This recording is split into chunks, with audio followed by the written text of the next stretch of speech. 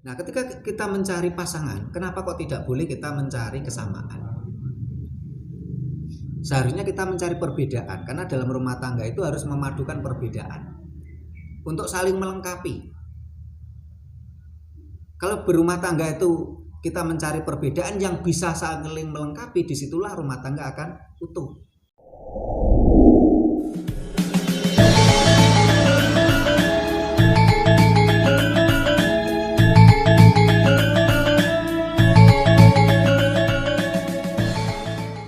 Istri hanya membantu, jadi tidak wajib.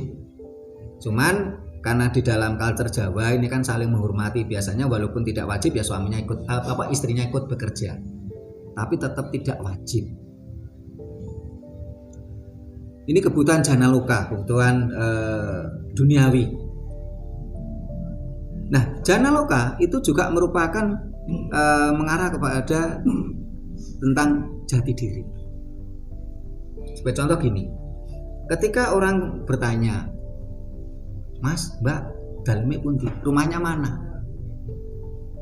Ketika kita baru kenalan, itu tidak mungkin akan tanya, Mas Gunawan depositonya berapa? Tabungannya berapa miliar? Nggak akan mungkin gitu. Pasti yang ditanya, rumahnya mana? Rumah ini adalah identik sebuah jati diri. Bagaimana kita membentuk rumah tangga? Kita berjati diri. Nah, kita harus kuat jati diri kita dalam berumah tangga tadi. Rumahnya mana? Dalam falsafah Jawa dikatakan, lho nek manuk wae iso nggawe susuh, kuduke menungso iso nggawe omah, nggawe susuh gitu. Sementara banyak sekali kasus-kasus di masyarakat, ini banyak orang yang tidak mampu memiliki rumah. Sebuah kebanggaan dalam berumah tangga itu ketika dia mampu memiliki rumah. Ada kalanya itu rumah belum punya, ya dia punya rumah tapi warisan dari orang tuanya. Ini kan belum punya rumah gambarannya, karena rumahnya masih pemberian orang tua atau warisan. Karena itu sangatlah rugi kalau dalam rumah tangga itu tadi tidak mampu membeli rumah atau membuat rumah. Jadi pangan, sandang, papan ini harus punya. Walaupun taruhlah, loh saya kan sudah diberi warisan sama orang tua saya, tetapi kita harus tetap berusaha punya rumah. Untuk siapa? Loh kita kan punya keturunan. Kalau konsep ini dilakukan tentunya rumah tangga tadi mukti wibowo. Tapi kalau tidak akan terjadi degradasi. Sebagai contoh begini, orang tua kita ini anaknya itu taruhlah 5. Nah karena kita tidak mampu membeli rumah, akhirnya kan kita dapat 1/5 dari warisan orang tua kita. Loh kita dalam berumah tangga punya anak, karena sekarang ini ada KB, punya anak 2. 1/5 tadi kan jadi dibagi 2. Loh kalau nanti anak kita juga niru kita, nggak punya rumah sendiri, akhirnya yang berapa tadi? 1/10 tadi dibagi lagi. Akhirnya apa? Menurunkan kemiskinan. Sehingga kita upayakan, ya kita harus punya rumah sendiri walaupun kita dapat warisan. Karena kita juga punya keturunan yang harus kita beri perlindungan, beri rumah. Ini jana loka, kebutuhan pangan, sandang, papan. Ini harus betul-betul kerjasama antara suami istri. Terus yang kedua, ini adalah nafkah indra loka. Indra itu adalah rasa. Jadi nafkah indra loka ini adalah nafkah rasa. Contohnya begini. Karena suami itu walaupun sejelek apapun suami, ya, apalagi ganteng, mau jelek aja tetap harus dihormati gitu loh.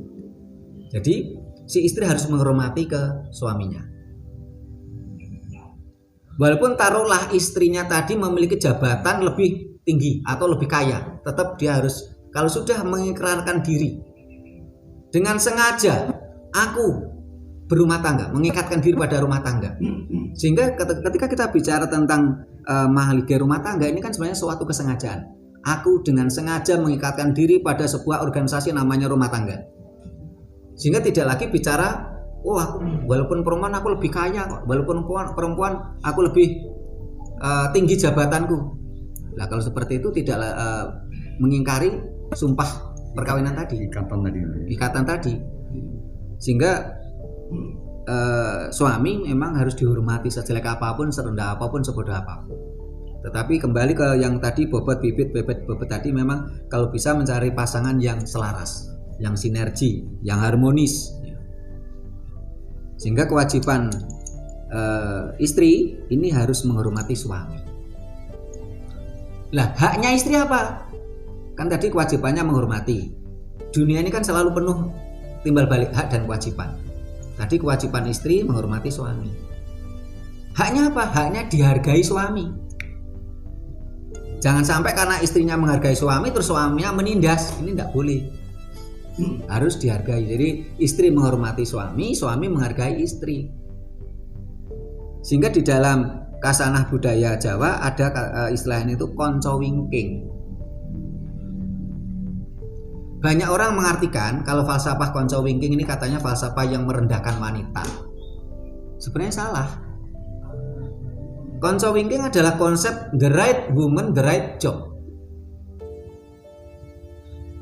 Wanita ini diberi kekuasaan di belakang untuk mengelola rumah tangga. Sehingga kalau laki-laki tadi, sang suami tadi mencampuri urusan di belakang, orang Jawa mengatakan apa? Wong lanang kok cupar.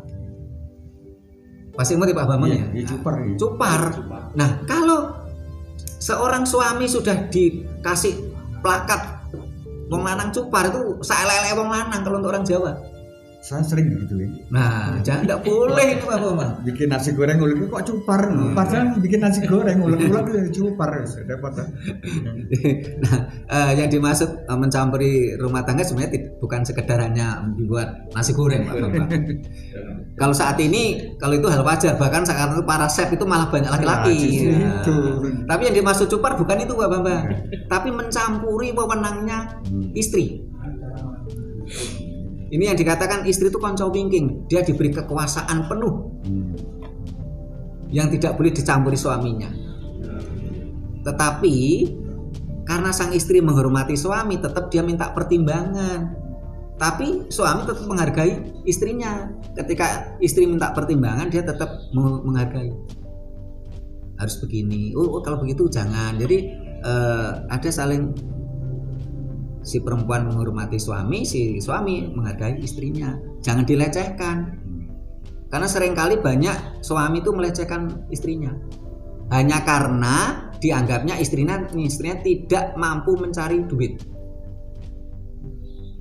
Padahal istrinya di rumah itu bekerja itu udah kalau dihitung dengan duit banyak. Contoh umpamanya istrinya ngomong anak. Coba kalau kita hitung duit, kalau taruhlah istri kita ini kerja, yang ngomong kita harus bayar babysitter, mendidik kita harus bayar guru. Lah berapa juta kita tiap bulan harus untuk biaya mendidik anak tadi? Yang masak. Belum lagi kalau mbaknya istrinya masak, kalau kita bayar resep berapa juta? Kalau istrinya tadi nyuci setrika, kalau kita bayar ke laundry 1 bulan berapa juta? Ini seringkali suami nggak berpikir seperti itu. Dia seringkali melecehkan istrinya hanya karena istrinya tidak mampu cari duit. Mentang-mentang dia yang cari duit terus dia melecehkan istrinya. Coba kalau istrinya kerja, hitung aja berapa kita harus bayar untuk babysitter, untuk guru, untuk tukang masak, chef, untuk tukang kebun yang bersihkan rumah.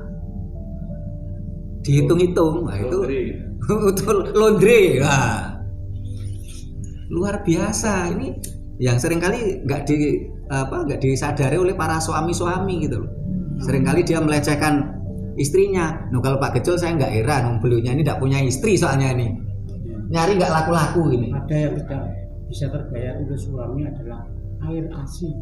Loh kalau itu ke ibu. Ya. Suami nggak mampu bayar. Nggak mampu bayar ASI, betul. Nah, ini hak dan kewajiban suami istri tentang saling menghormati dan menghargai. Ini kebutuhan rasa. Nah, setelah itu indra loka juga tentang kebutuhan rasa marah. Rasa itu kan ada marah, rasa damai, rasa senang, rasa khawatir, rasa sedih atau khawatir. Ini termasuk nafkah. Mbaknya ada yang tanya, kok lu marah kok nafkah? Iya, marah itu nafkah. Karena kalau seseorang sudah tidak lagi bisa marah, itu bukan manusia loh. Jadi marah itu nafkah. Contohnya begini, seorang istri karena sesuatu hal ya, umpamanya dia ngomong anaknya rewel,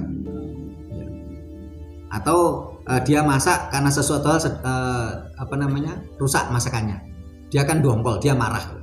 Atau umpamanya dia barusan ketemu temennya atau ketemu tetangga yang menyakiti hatinya, dia marah. Nah, ketika dia marah, banyak sekali sang suami itu tidak mampu memberi nafkah marah. Apa yang terjadi?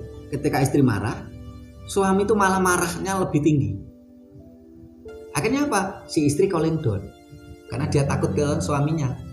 Kalau dia tidak takut ke suaminya, terjadilah perang Bharatayuddha, perang rame suami istri. Tapi kalau istrinya ini takut, dia calling down. Apa yang terjadi? Kadang-kadang istrinya tadi, sang istri tadi, dia melampiaskan nafkah marah, kan dia sebenarnya butuh nafkah marah. Ketika dia marah itu butuh suaminya itu mampu memberikan nafkah marah. Nah, karena suami tidak mampu memberikan nafkah marah, akhirnya apa? Akhirnya dia memendam rasa amarah, terus dilampiaskan kepada apa? Ketika dia masak pelontang, kan melampiaskan nafkah marah. Terus anaknya tidak tahu apa-apa dicubit supaya nangis untuk melampiaskan marah. Karena sang suami tidak mampu memberi nafkah marah. Nah, seharusnya bagaimana? Ketika istri sedang kebutuhan marah, suami harus tenang.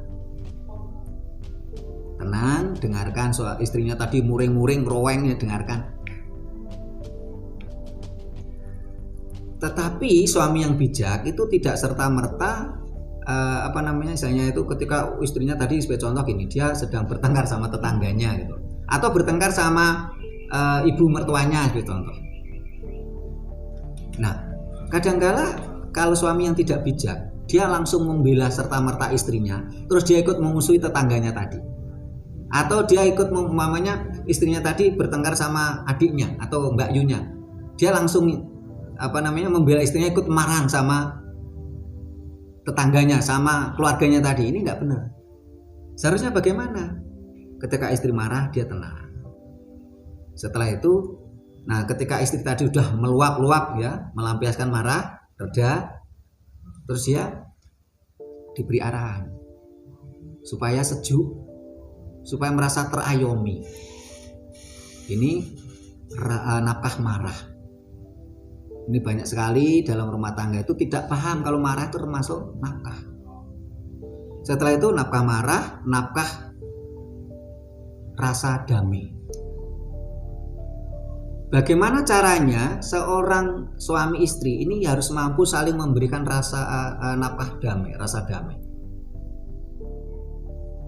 Karena tentang nafkah damai ini bukan harus seorang laki-laki yang gagah perkasa ya, seperti Werkudara, tidak, tetapi rasa aman, damai. Sehingga suami istri yang benar gini, ketika istrinya ini ketika suaminya keluar rumah ya, bekerja atau apa, istrinya ini khawatir. Nah, ini kan nafkah khawatir juga. Kalau dia tidak khawatir kan berarti udah nggak cinta sama pasangannya. Pasangannya nggak pulang kok nggak khawatir. Ini kan nafkah khawatir juga. Nafkah khawatir, dia mengkhawatirkan pasangannya. Nah, ketika pasangannya pulang, terasalah aman, damai. Sehingga Ini pengalaman saya pribadi. Saya kalau lama nggak pulang itu kadang-kadang nyonya saya itu nggak bisa tidur, khawatir. Tapi setelah saya pulang, dia langsung tidur pules karena merasa damai, aman, tenang, rasa damai. Terus nafkah rasa indraloka, rasa gembira. Gembira, ini termasuk hampir mirip dengan damai tadi. Ini harus among rasa kalau di dalam budaya Jawa. Sehingga ketika ada suatu permasalahan, ya entah itu karena namanya dalam berumah tangga itu kadang-kadang pasti ada masalah. Entah itu masalah dengan suami istri, kalau umpamanya masih kumpul dengan orang tuanya kadang-kadang nah ini ada masalah dengan mertuanya gitu ya. Sebagai contoh umpamanya ikut mertua ya. Yang umpamanya ikut mertua dari keluarga laki-laki. Nah, sang suami itu punya kewajiban ganda. Ini harus dipahami. Persis. Apa itu kewajiban ganda? Kewajiban dia menjadi seorang suami yang baik dan kewajiban menjadi seorang anak yang baik. Begitu juga kalau umpamanya ikut mertua dari pihak perempuan, sang istri tadi harus mampu menjalankan kewajiban dua juga. Kewajiban menjadi istri yang baik untuk suaminya dan menjadi anak yang baik untuk orang tuanya. Dua-duanya tidak enak. Nah, dua-duanya tidak enak karena itulah tadi di depan saya katakan harus mampu punya rumah. Itu. Ya. Jadi tinggal di perumahan mertua indah itu, wah tidak enak. Dan sebenarnya punya rumah itu nggak sulit. Nah nanti lain waktu kita bahas itu bagaimana cara punya rumah. Nah karena mohon maaf walaupun kecil ya, saya membuktikan 4 kali beli rumah, nggak punya duit bisa beli rumah, bahkan dapat duit. Jadi nggak punya duit, ada rumah dijual, kita mampu beli rumah malah dapat duit. Kita nggak punya duit. Kenapa? Saat ini ada fasilitas perbankan gitu loh, nggak usah repot-repot gitu loh. Yang bayar bank, nah, bahkan kita dapat susuknya gitu loh. Nah ini ada trik sendiri nih nanti kita bahas bagaimana. Jadi ingin punya rumah itu nggak sulit. Kalau guyonane, lah wong manuk iso gawe susuh, mosok menungso gak iso gawe susuh gitu loh. Ya soalnya sing bojone duwe susuh. Susuh ku nek kono. Nah ini nafkah indraloka itu nafkah rasa. Rasa tadi mulai rasa marah, rasa damai, rasa tenang, rasa aman, rasa gembira, rasa ceria, rasa marah itu adalah indraloka. Ini harus saling menyadari, among rasa. Jangan sampai ketika istri marah, suami malah ikut marah duluan, akhirnya istri calling down, tidak boleh. Nah begitu juga istri. Nah, ketika suami bekerja, entah itu ikut di kantor, entah itu di perusahaan, taruhlah wira swasta. Ketika sang suami itu bekerja itu kan mengalami tantangan yang luar biasa. Entah itu kadang-kala dimarahi bosnya, dimarahi relasinya, ada kegagalan dalam berbisnis. Nah, pulang sampai rumah, ini istri yang baik itu jangan mau nambah permasalahan. Sehingga istri harus tenang. Jangan langsung suami datang langsung, "Mas, minta duitnya, Mas." Ini tidak boleh, kita lihat biar tenang dulu. Ya. Karena kebahagiaan itu nomor 1. Perkara uang bisa dicari bersama-sama. Mas, kopi ini teh. Padahal senangnya ngopi. Ngopi kita Paman. Jadi nafkah indraloka ini yang harus dipahami berdua. Ini saling saling membutuhkan ini. Nafkah indraloka. Nah dalam kasana tadi perempuan adalah konco wingking. Ini harus dipahami secara benar. Jadi konco wingking itu bukan dalam artian merendahkan wanita, enggak, tapi malah ini meninggikan wanita karena wanita diberi kekuasaan penuh untuk memanage rumah tangga. Andayani. Andayani itu uri andayani tadi, ya. Sehingga kalau bahkan ketika laki-laki sang suami itu mencampuri urusan wanita itu punya predikat sangat jelek. Cupar. Wong lanang kok cupar, enggak boleh gitu loh. Jadi kalau urusan rumah tangga ya udah biarkan istrinya. kecuali hak prerogatifnya istri gitu loh. Kecuali karena sesuatu masalah yang tidak bisa diselesaikan, istri minta pendapat suami, baru suami ikut ngomong gitu loh. Kalau misalnya genteng bocor terus suaminya naik, itu cupar nggak mungkin. Oh, enggak, itu memang kewajiban suami kalau itu. Rumah tangga ya. Itu kewajiban suami, itu perkara suami manjat genteng sendiri atau nyuruh orang, itu kewajiban suami. Nah, di dalam budaya Jawa lain ada yang dikatakan itu wanita itu neraka swarga nunut, neraka katut. Ini sebenarnya ini juga tidak merendahkan wanita, tapi juga meninggikan derajat wanita.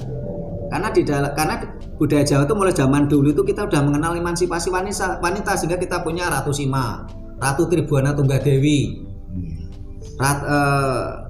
Kalau di Majapahit itu Ratu Suhita, Balkis, Ratu Boko, Ratu Baka. Kalau di Indonesia Megawati. Oh, Megawati. ini.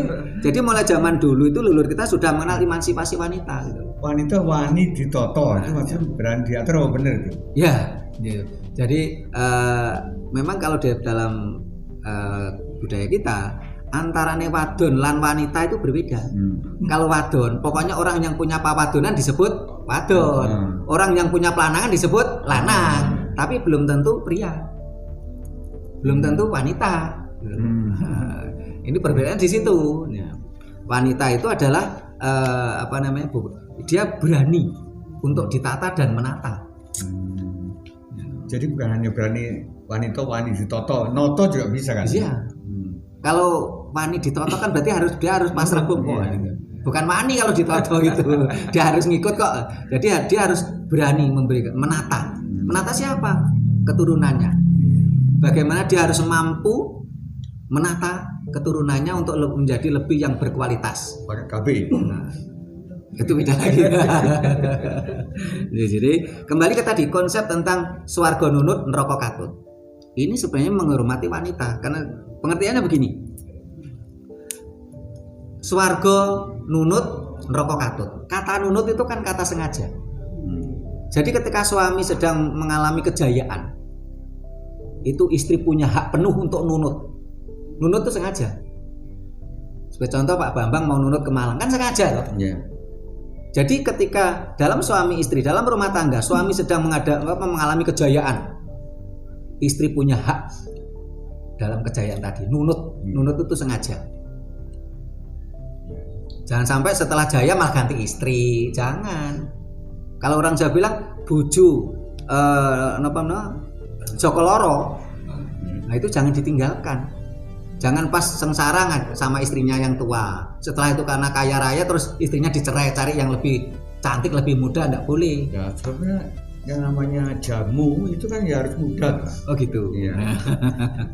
Jadi swarga nunut. Jadi gambarannya ketika suami mengalami kejayaan, istri itu punya hak penuh nunut akan kejayaan, kemakmuran suaminya. Tetapi kalau neraka katut itu berbeda. Namanya katut kan tidak sengaja. Nah, sebagai contoh gini, ini pulpen, ini taruhlah ini bukan milik saya. Terus tadi saya pinjam ke Pak Bambang, saya tuh saya kesak. Ini kan nunut. Ini kan katut, nggak sengaja. Jadi kata katut itu kan tidak sengaja. Sehingga ketika suami tadi sedang mengalami kehancuran, nasib sial, ya neraka ya. Ini istri itu tidak wajib untuk merasakan kesengsaraan suami. Sehingga suami yang baik dia akan menyembunyikan kesedihan. Menyembunyikan kesedihan kalau dia sedang mengalami kesedihan. Sehingga tetapi karena istri itu adalah ikatan rumah tangga, walaupun tadi suami tidak cerita tentang kesedihannya, ini tetap katut. Walaupun nggak sengaja, sebenarnya suami kan ingin memberi perlindungan, jangan sampai istri saya ikut sedih kan gitu ya. Tapi tetap katut karena ini suami istri. Tapi tidak sengaja. Yang paling beruntung Ahok ya. Kok malah dapat puput. Namanya apa itu ya? Jadi katut itu tidak sengaja. Jadi suami yang baik dia akan menyembunyikan kesedihan. Tapi istri yang baik tetap dia akan among rasa, loh kok suami saya kelihatan sedang susah. Akhirnya terjadilah pembicaraan, ya, sharing bagaimana memecahkan masalah yang dihadapi bersama tadi. Ini indra loka. Nah, karena selama ini kan kata-kata swarga nunut neraka katut kan seolah-olah seperti wanita tuh kayak nggak bejaji, nggak punya harga gitu loh. Ya. Padahal tidak. Di situ malah istilahnya ini ada keterkaitan dengan tadi konco wingking tadi. Jadi perempuan itu dihormati. Swarga nunut neraka katut.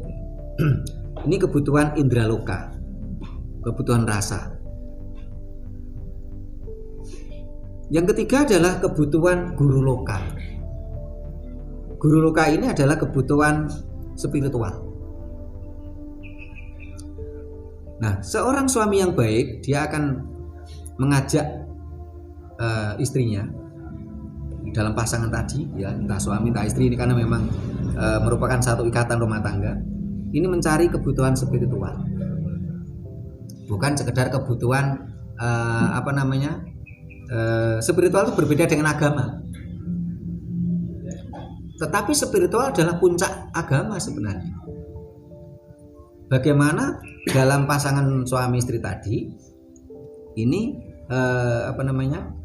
mampu saling menjaga, saling menuntun, saling menghormati, saling belajar bersama untuk mencapai tingkat spiritual yang baik.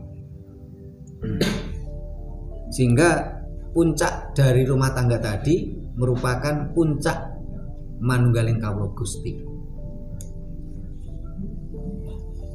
Dan ini merupakan puncak dalam ketika ketika berhubungan seks.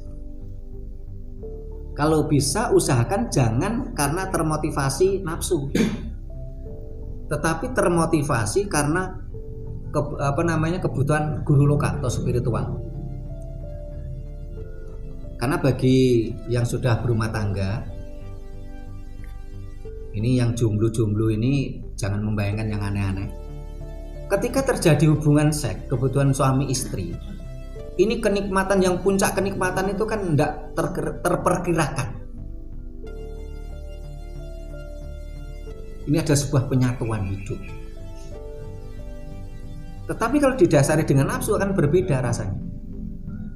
Hanya sekedar tadi guyonannya Pak Bambang tadi, surgo bar sur terus lego. Ini karena nafsu. Tetapi kalau didasari tentang kebutuhan guru loka, kebutuhan spiritual, itu akan berbeda.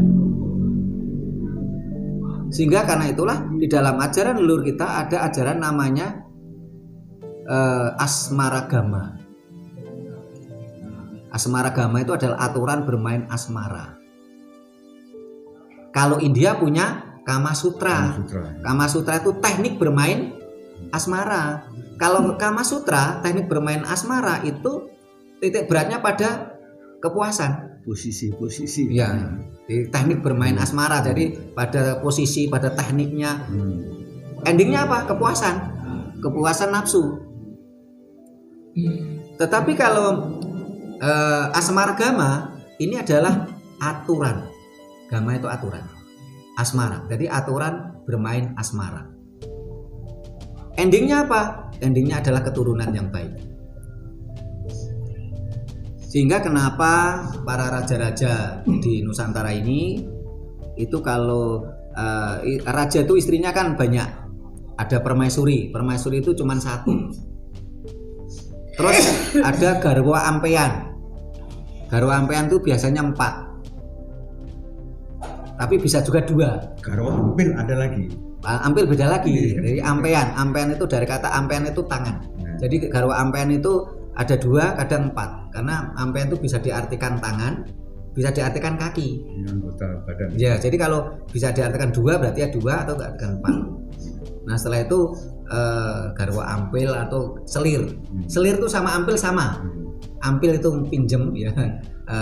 Sekali butuh selesai. Selir itu selo. Lega kesel digilir kan itu selir. Nah, ini termasuk nanti kita bahas tentang nikah poligami atau wayuh dalam budaya Jawa. Jadi leluhur kita juga mengenal poligami. tapi poligaminya ada aturannya, tidak sekedar poligami. Nanti kita bahas khusus itu. Nah, sehingga kenapa raja ketika berhubungan, ketika raja memiliki putra dari permaisuri, itu pasti kalau perempuan ya cantik, laki-laki ya ganteng dan cakap, cerdas, siap menggantikan posisi-posisi di kerajaan.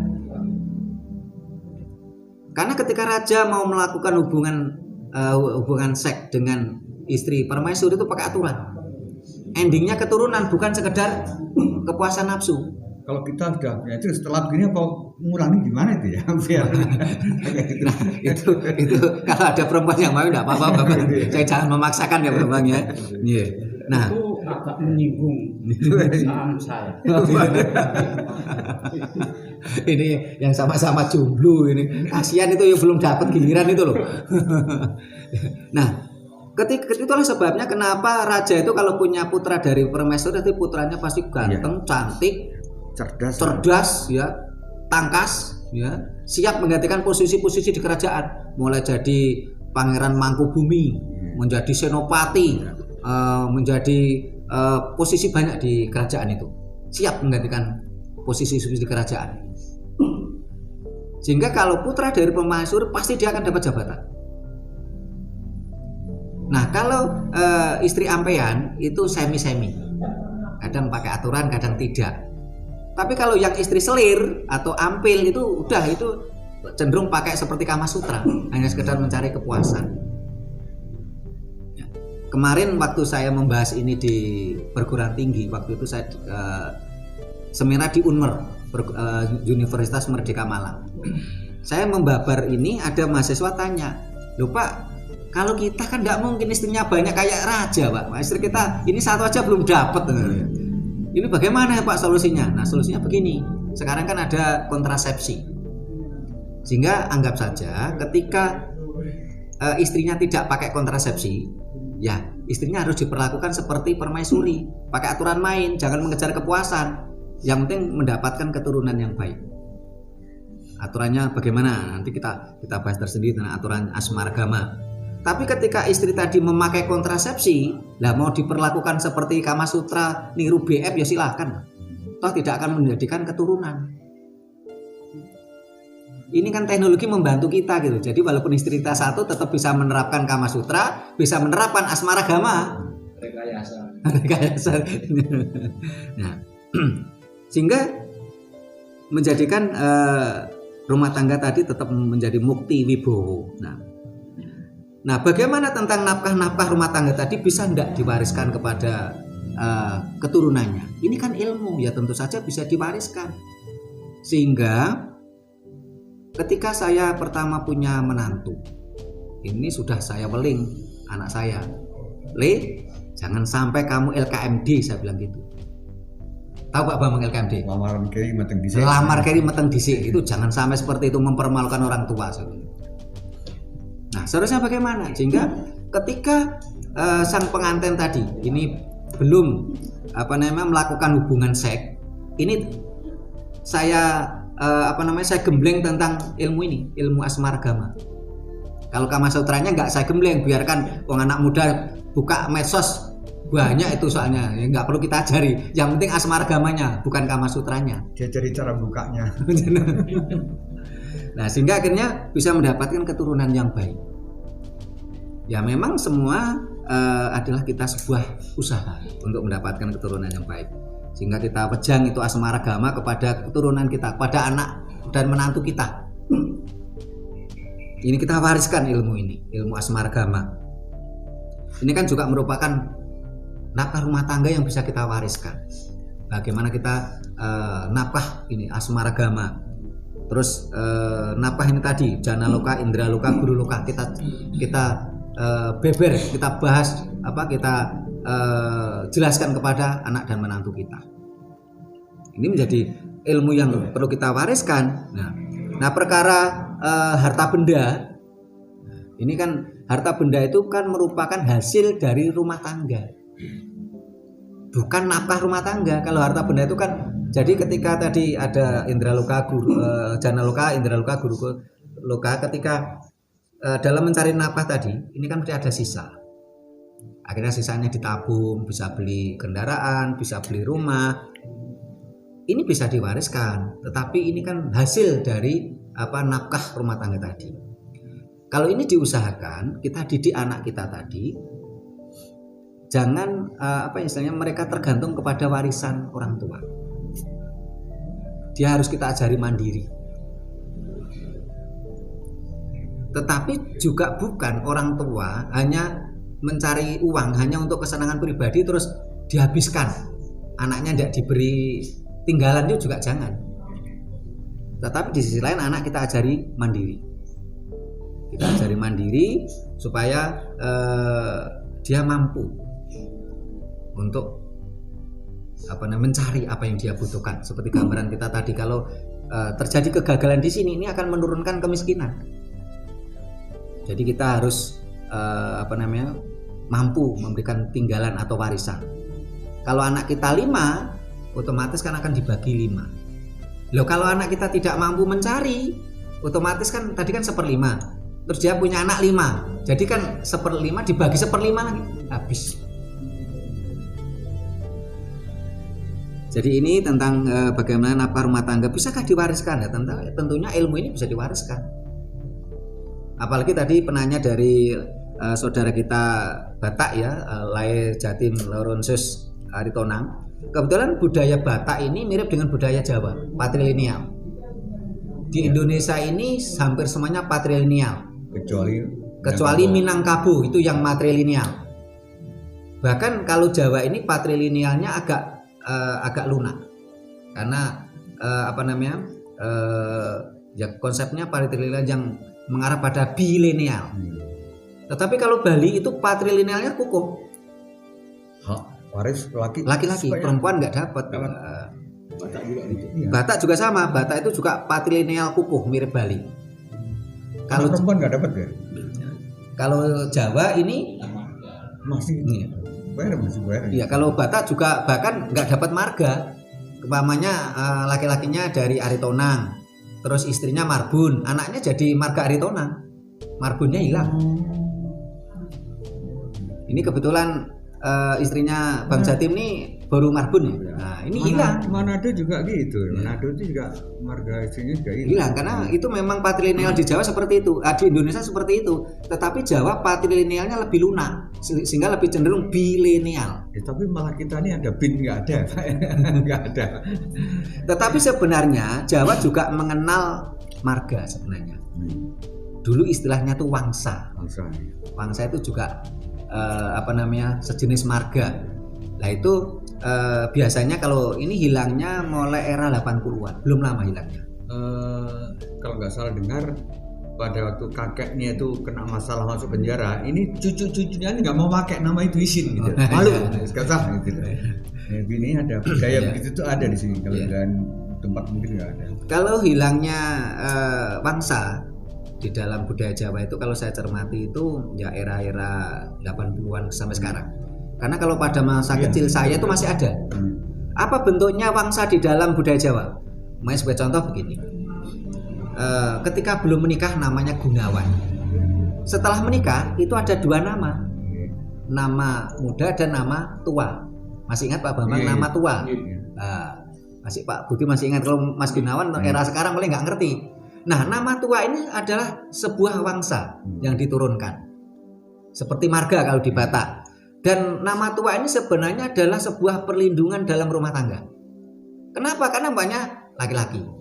Dia pergi merantau ke Surabaya. Ketika ditanya, namanya nama tua, orang udah tahu, ini udah punya istri, ini nggak bisa bohong. Gitu. Tapi ketika budaya nama tua hilang, walaupun Mas Gunawan tuh merantau sampai mana-mana ya, orang nggak tahu ini udah punya istri atau belum gitu. Tapi kalau udah diganti nama tua, Gunawan terus nama tuanya karena orang tuanya namanya Kromo Dimejo, kan akhirnya biasanya terus nama tuanya Kromo siapa gitu. Ketika kita kenalan, namanya siapa Mas? Nama saya Kromo Wijoyo. Orang udah tahu ini nama tua, berarti ini udah punya istri. Atau yang sekarang itu yang wanita ngikutin nama suami. Oh ya itu ya. Kalau itu memang mulai dulu. Jadi nama istri ngikut sama suami. Jadi mohon maaf kalau di tempat saya orang cari nama istri saya nggak akan tahu. Tapi kalau tanya Bu Sutrimo langsung orang tahu. Gitu. Ini sebagai bentuk nafkah indraloka juga nih, nafkah indraloka, nafkah rasa. Jadi sehingga kalau Mbak Diah ini sudah menjadi istri, selayaknya tidak mengenalkan namanya dia, tapi namanya Bu Gunawan, atau minimal ya Bu Diah Gunawan. Iya biasanya gitu. Ya. Suaminya Pak ya Buto gitulah.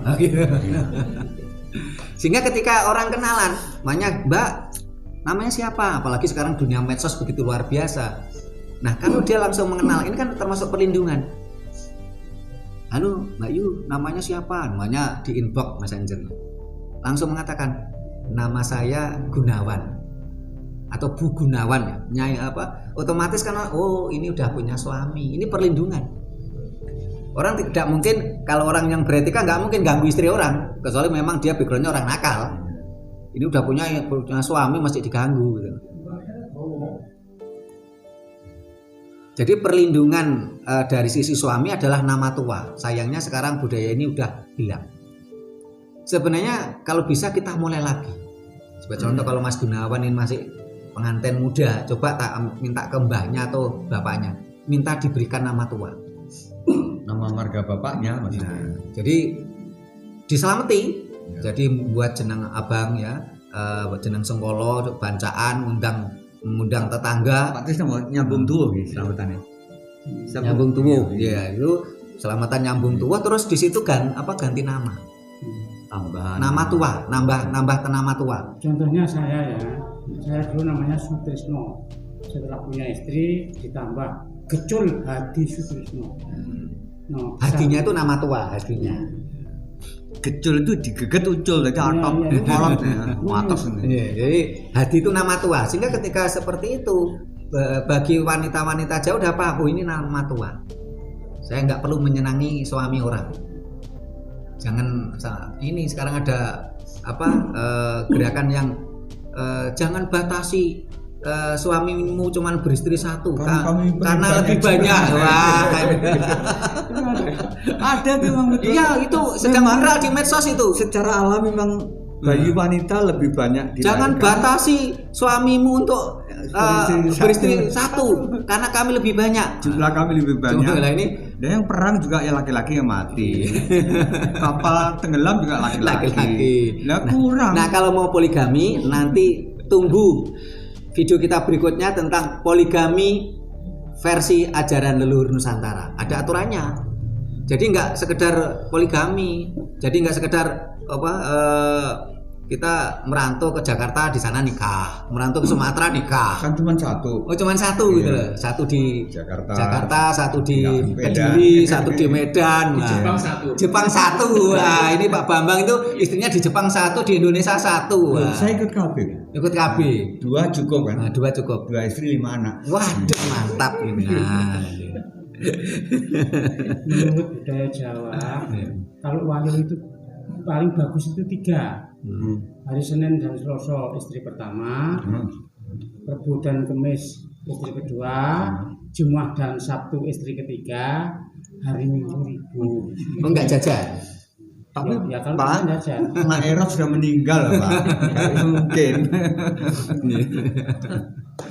Jadi para pemirsa Rakyat Prasaja TV Channel, ini tadi kita bahas tentang nafkah rumah tangga yang sudah kita bahas dengan obrolan santai ya, sehingga mudah-mudahan bisa lebih mengena. Bagi para pemirsa yang kurang paham, nanti bisa bertanya di kolom komentar atau di nomor WA yang sudah kita cantumkan di channel kita.